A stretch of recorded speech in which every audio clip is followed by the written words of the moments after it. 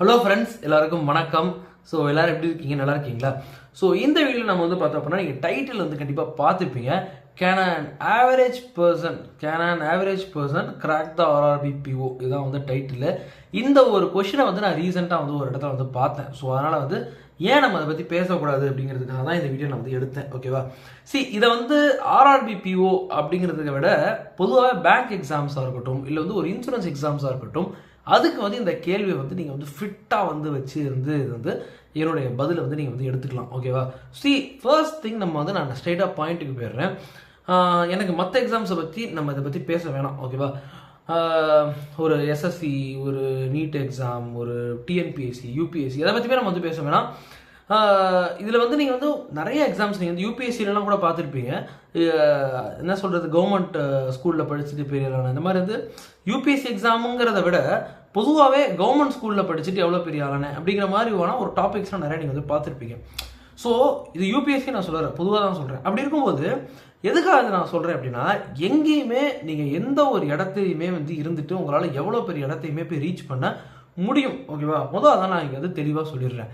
ரெண்டாவது, இது வந்து ஃபஸ்ட்டு. ரெண்டாவது வந்து பார்த்தோம் அப்படின்னா, எதுக்குன்னா நீங்கள் ஸ்கூலில் வந்து இதானே அதோட அர்த்தம். ஸ்கூல் காலேஜில் நான் ஆவரேஜாக இருக்கேன், என்னால் வந்து ஒரு ஆர்ஆர்பிபிஓ பேங்க் எக்ஸாம்ஸ் கிளியர் பண்ண முடியுமா அப்படின்னா, எந்த ஒரு இடத்த நீங்கள் ரீச் பண்ணுறதுக்குமே சம்மந்தம் இல்லை. அதாவது ஸ்கூலில் நீங்கள் ஃபெயிலாக இருக்கலாம், பட் நீங்கள் பில்கேட்ஸ் அளவுக்கு பெரிய வரக்கூடிய உங்களுக்கு சக்தி உங்களுக்குள்ள வந்து இருக்கலாம். ஸ்கூலில் வந்து நீங்கள் வந்து எப்படி இருக்கலாம் அப்படின்னா, ஸ்கூல் காலேஜஸில் ஒரு 2 பேர்கிட்ட பேச நீங்கள் கூச்சப்படுற ஒரு ஆளாக இருக்கலாம். பட் ஒரு வருங்காலத்தில் நீங்கள் ஒரு பிரதம மந்திரியாவோ இல்லை ஒரு முதலமைச்சராக ஆகலாம். பட் ஒரு முதலமைச்சராகனா நீங்கள் எவ்வளோ பேர்கிட்ட எவ்வளோ மாநாட்டில் நீங்கள் பேசியிருக்கணும்.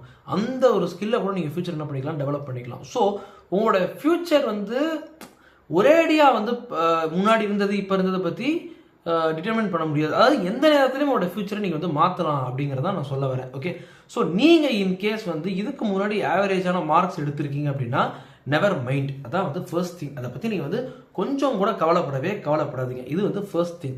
செகண்ட், ஒரு இன்ட்ரெஸ்டிங்கான ஒரு விஷயம் சொல்கிறேன் கேளுங்க.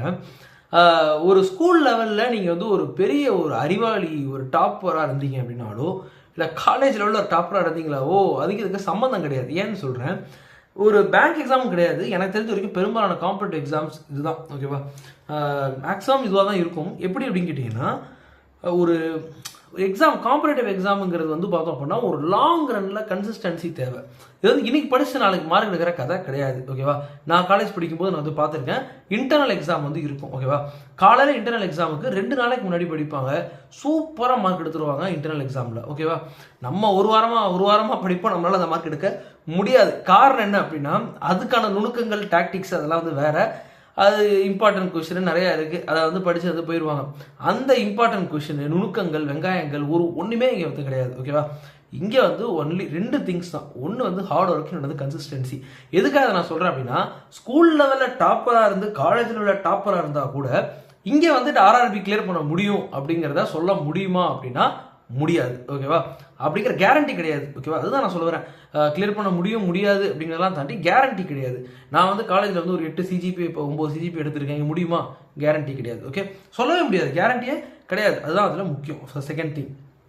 தேர்ட் திங் என்ன அப்படின்னா, ஏன் நான் இதை சொல்கிறேன் அப்படின்னா, இது வந்து ஒரு மிகப்பெரிய ஒரு ரேஸுங்க. ஓகேவா? இந்த காம்படிட்டிவ் எக்ஸாம்ஸுங்கிறது ஒரு பெரிய ரேஸு. நல்லா அதை வந்து நம்ம வந்து புரிஞ்சுக்கணும்.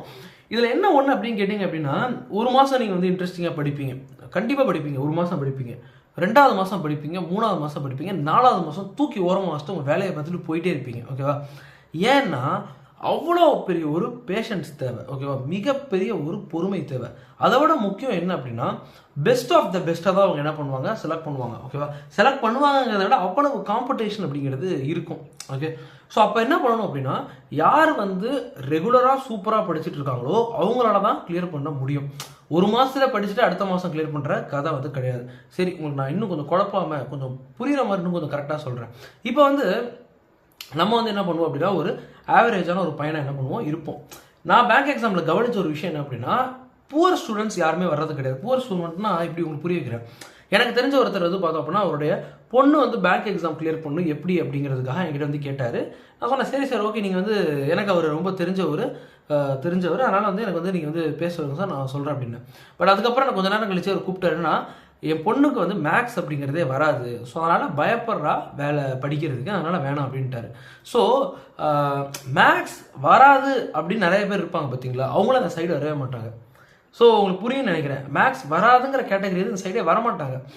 இது வந்து ஒரு சில கேட்டகரி தான். சில பேர் என்ன பண்ணுவாங்க அப்படின்னா, ஒரு ஆவரேஜான ஒருத்தனாக தான் இருப்பாங்க. எப்படி உங்களுக்கு புரிய வைக்கிறது, இப்போ வந்து சுமாராக படிக்கிறோம் அப்படிங்கிற ஒரு மனநிலையில் இருப்பாங்க.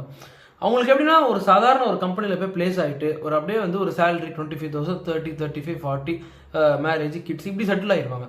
யார் இங்கே பேங்க் எக்ஸாம் வருவாங்க அப்படின்னா, நம்மளால முடியும் அப்படின்னு ஒரு கான்ஃபிடென்ட் இருக்கும் பார்த்தீங்களா, அவங்க மட்டும்தான் வந்து வருவாங்க. அவங்களுக்கே தெரியும் அவங்களால முடியும் அப்படின்னு சொல்லி. நான் பார்த்துருக்கேன் ஸ்கூல்லலாம், என்னுடைய ஸ்கூல் கிளாஸ், என்னுடைய ஸ்கூல் ஃப்ரெண்ட் அவங்களாம் பார்த்தீங்க அப்படின்னா, இப்போ ஒழுங்கான வேலையில் இல்லை. பட் அப்போ நல்லா படிச்சுட்டு இருந்த பையன், ஸ்கூலில் நல்லா படிச்சுட்டு இருந்த பையன் இப்போ ஒழுங்கான வேலையில் இல்லை. ஆனால் அவன் பேங்க் எக்ஸாம் படிக்கிறான். ஏன் அப்படின்னு கேட்டிங்க அப்படின்னா, ஒரு நாள் நம்மளால முடியும் அப்படிங்கிற ஒரு கான்ஃபிடென்ட் இருக்கவங்களால மட்டும்தான் இந்த ஃபீல்டில் வந்து தொடர்ச்சியாக படிக்கவே ஃபர்ஸ்ட் வந்து முடியும். ஓகே, இதுதான் ஒரே கேட்டகரி. என்னால் முடியும் அப்படின்னு நம்பிட்டு வர்றவங்களால மட்டும்தான் இங்கே வந்து முடியும். நம்பிக்கை இல்லாதவங்க இங்கே வரமாட்டாங்க. எனக்கு மேக்ஸ் வராது, இங்கே வரமாட்டாங்க. ஓகேவா, என்னால் வந்து ஒரு வருஷம் திரும்பி படிக்க முடியுமா, நான் ஸ்கூல் காலேஜ் இப்போ தான் முடித்தேன், திரும்பி படிக்கணுமா, வரமாட்டாங்க. ஓகேவா, ஸோ போட்டி போடணுமா, வரமாட்டாங்க. ஸோ இந்த மாதிரி விஷயங்களுக்குலாம் வரவே மாட்டாங்க. இங்கே என்னன்னா, போட்டி அப்படிங்கிறது மற்றவங்க கூட கிடையாது, உங்களுக்கு கூட தான் நீங்கள் போட்டி. நீங்கள் எவ்வளோ வந்து படிக்கிறீங்க, நீங்கள் எவ்வளோ கன்சிஸ்டண்ட்டாக மார்க் டெஸ்ட் ஒர்க் அவுட் பண்ணுறீங்க, போட்டி காம்படிஷன் வந்து உங்கள் கூட தான். பட் அது அவங்களுக்கு வந்து தெரியாது. சரி, இதெல்லாம் ஒரு பக்கம் வந்து போட்டோம். அப்போ நம்ம வந்து எப்படி, நம்ம இப்போ ஒரு ஆவரேஜ் பையனாக இருக்கேன், நான் கிளியர் பண்ண முடியுமானா, நீங்கள் வரும்போது இப்போ டைம் ஒன்று இருக்குது, சிம்பிளிஃபிகேஷனு, அப்ராக்சிமேஷன், இந்த மாதிரி என்ன பண்ணுவீங்க, படிப்பீங்க கான்செப்ட். இங்கிலீஷ் ஓரளவுக்கு எல்லாத்துலேயுமே ஓரளவுக்கு வந்து தெரிஞ்சிருக்கும். ஃபர்ஸ்ட் டைம் படிப்பீங்க, உங்களுக்கு வந்து கிளியர் பண்ண மாட்டீங்க. முதல் அட்டெம்ப்ட் கிளியர் பண்ண மாட்டீங்க, ரெண்டாவது அட்டெம்ப்ட் கிளியர் பண்ண மாட்டீங்க. அப்புறம் போய் என்ன பண்ணுவீங்க, ஒரு கோச்சிங் இன்ஸ்டியூட்டில் போய் என்ன பண்ணுவீங்க, சேருவீங்க. அவன் என்ன பண்ணுவான் அப்படின்னா, உங்களுக்கு வந்து சொல்லுவான், தம்பி நீங்கள் நல்லா படிக்கிறீங்க, பட் இதெல்லாம் நீங்கள் என்ன பண்ணீங்க, நீங்கள் எல்லாம் பண்ண தப்பு, இதெல்லாம் நீங்கள் பண்ண வேண்டியது நீங்கள் பண்ணாமல் விட்டீங்க, இதெல்லாம் கரெக்டாக பண்ணிட்டீங்க அப்படின்னா நீங்கள் வந்து கிளியர் பண்ணுவீங்க அப்படின்னு சொல்லி அவன் சொல்லுவான். அதான் சொன்னதுக்கப்புறம் நீங்கள் ப்ரிலிம்ஸ் வந்து கிளியர் பண்ணுவீங்க. மெயின்ஸுக்கு முட்டி மோதி நீங்கள் என்ன பண்ணுவீங்க. ஸோ இப்படியே நீங்கள் என்ன பண்ணுவீங்க அப்படின்னா, கான்ஸ்டண்ட்டாக ஃபைட் பண்ணி ஒரு இடத்த போய் ரீச் பண்ணிடுவீங்க. ஓகேவா, இதுதான் யூஸ்வலாக நடக்கிறது, எல்லார்ட்டையும் நடக்கிறது வந்து இதுதான்.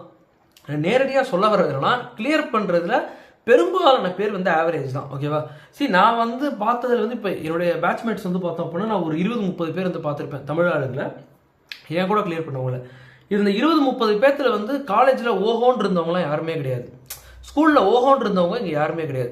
ஏன்னா காலேஜ் ஸ்கூல்லலாம் ஓஹோன்னு இருக்கிறவங்க வந்து பார்த்தோம்னா, ஓஹோன்னு வேலைக்கு ஏற்கனவே வந்து, அதாவது இதை விட சூப்பரான வேலையெல்லாம் நிறையா இருக்கும் இல்லையா, ரொம்ப பெரிய பெரிய வேலை, அவங்களுக்கு பிடிச்ச கோர் வேலை, இன்ஜினியரிங்லேயே பெரிய கோர் வேலை, அந்த மாதிரிலாம் வந்து போயிருப்பாங்க. அதுக்காக பேங்க் பையன் நம்ம வந்து குறைவாக சொல்லலை. நான் சொல்ல வர்றது என்னன்னா, அவங்களுக்கான ஒரு ஃபீல்டே இது கிடையாது. மேக்ஸிமம் ஆவரேஜாக படிக்கிறவங்களுக்கான ஒரு ஃபீல்டாக தான் இது அமைஞ்சிருச்சு, நேச்சுரலாகவே அமைஞ்சிருச்சு. காலேஜில் அரியர் வச்சு, அதாவது படிக்கிற கெப்பாசிட்டி இருக்கும், அந்த கெப்பாசிட்டியோட அரியர் வைப்பானுங்க, அதுக்கப்புறம் அந்த அரியரை கிளியர் பண்ணுவானுங்க. அந்த மாதிரி மக்கள். ஓகேவா, இப்போ என்னுடைய ஃப்ரெண்டு ஒருத்தன் அப்படி தான் இருந்தான். இப்போ நானே வந்து பார்த்தோம் அப்படின்னா நிறைய அரியர் வச்சுருந்தேன். என்னால் கிளியர் பண்ண முடியும், தாராளமாக படித்து தாராளமாக கிளியர் பண்ணியிருப்போம். நம்ம ஸ்கூல்ஸில் வந்து 96 ஸ்கூல் போர்டு எக்ஸாம்ஸில் 96%, 91% எடுத்திருக்கோங்க. 99 அத்தனை சப்ஜெக்டில் நான் எடுத்திருக்கேன். 100 எடுத்ததில்லை, பட் போர்டு எக்ஸாம்ஸில் நான் 99 எடுத்திருக்கேன்.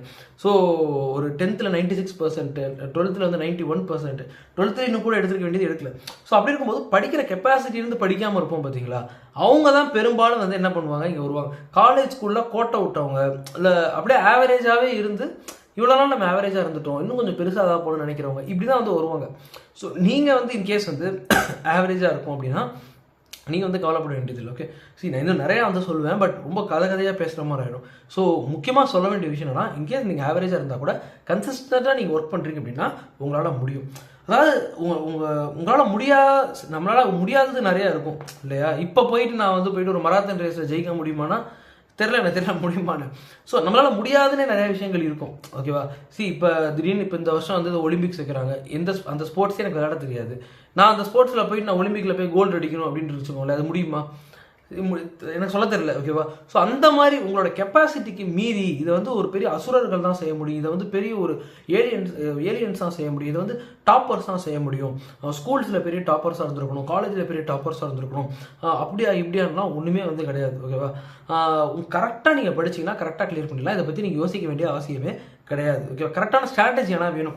நான் பேச்சாக சொன்னேன் கோச்சிங் இன்ஸ்டியூட்டில் சொல்லி தருவாங்க அப்படின்னு, அது சும்மா தான் சொன்னேன். அந்த ஸ்ட்ராட்டஜி வந்து நீங்களாவே தெரிஞ்சுக்கலாம்.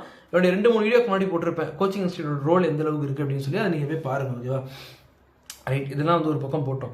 நீங்கள் போடக்கூடிய உழைப்பு அதுதான் வந்து பேசும். அதுதான் நான் சொல்ல வர்றது. 2 விஷயம், நீங்கள் போடக்கூடிய உழைப்பு அதை எவ்வளவு கரெக்டாக போடுறீங்க. இப்போ ஃபுட்பாலில் வந்து உழைப்பை போட்டு போட்டு போட்டு கோல் பாலை திருப்பி ஆப்போசிட் டீமுக்கு ஒரு கோலை போட்டால் எப்படி இருக்கும், அந்த மாதிரி இல்லாமல் கரெக்டாக படிக்கணும். இப்போ நான் படிக்கும்போது வந்து நியூஸ் பேப்பர் வந்து ஒரு 3 மணி நேரம் படித்தேன். ஸ்டார்டிங் பேங்க் எக்ஸாம் படிக்க ஆரம்பிக்கும் போது நியூஸ் பேப்பர் வந்து ஒரு 3 மணி நேரம் படித்தேன். 3 மணி நேரம் 3 ஹவர்ஸ் படித்தேன். அது ரொம்ப ரொம்ப தப்பு. இந்த மாதிரி தவறுகளை நீங்கள் எவ்வளோ தூரம் பண்ணாமல் இருக்கீங்க, எவ்வளோ தூரம் பண்ண வேண்டியதை கரெக்டாக பண்ணுறீங்க. இப்போ நான் கரண்ட் அஃபேர்ஸ் வந்து ரொம்ப நாளாக படிக்கல. எப்போ படிக்க ஆரம்பிச்சோம் அப்போ தான் கிளியர் பண்ண ஆரம்பித்தேன். ப்ரிலிம்ஸே கிளியர் பண்ணிட்டு மெயின்ஸ் கிளியர் பண்ணாமல் இருந்தேன். எப்போ கரண்ட் அஃபேர்ஸ் நல்லா படிச்சோம் அப்போ தான் மெயின்ஸ் கிளியர் பண்ண ஆரம்பித்தேன். ஸோ இந்த மாதிரி கரெக்டான விஷயங்கள் எப்போ நீங்கள் பண்ணுறீங்க, அதுதான் தவறுகளை கம்மி பண்ணிட்டு வீக் ஏரியாஸை கம்மி பண்ணிட்டு ஸ்ட்ராங் ஏரியாஸை இன்க்ரீஸ் பண்ணுறீங்க. இதுதான் வந்து மேட்ரு. ஓகேவா? இந்த மாதிரி நிறையா விஷயங்கள் இருக்குது. ஸோ நீங்கள் இன்கேஸ் ஆவரேஜ் ஸ்டூடெண்ட்டாக இருக்கீங்க அப்படின்னா டோன்ட் வரி, கண்டிப்பாக உங்களால் வந்து முடியும். ஓகேவா? ரைட். ஸோ நீங்கள் நம்ம டெலகிராம் குரூப் வந்து ஜாயின் பண்ணலாம். அது லிங்க் கீழே வந்து கொடுக்குறேன். அதில் ஜாயின் பண்ணிக்கோங்க. இதில் நிறையா ஸ்டூடெண்ட்ஸ் வந்து கொஷின்ஸ் எல்லாம் டவுட்ஸ்லாம் கேட்டு ஆன்சர் பண்ணிக்கிறாங்க. இன்ட்ரெஸ்டிங்காக இருக்குது. அதுக்கப்புறம் நான் உங்களுக்கு டவுட்ஸ் இருந்துச்சுன்னா கீழே கமெண்ட் செக்ஷனில் போடுங்க, நான் வந்து ஆன்சர் பண்ணுறேன். நீங்கள் நம்ம சேனலை சப்ஸ்கிரைப் பண்ணலாம், சப்ஸ்கிரைப் பண்ணுங்கள். ஸோ அடுத்த வீடியோஸில் பார்ப்போம். பை.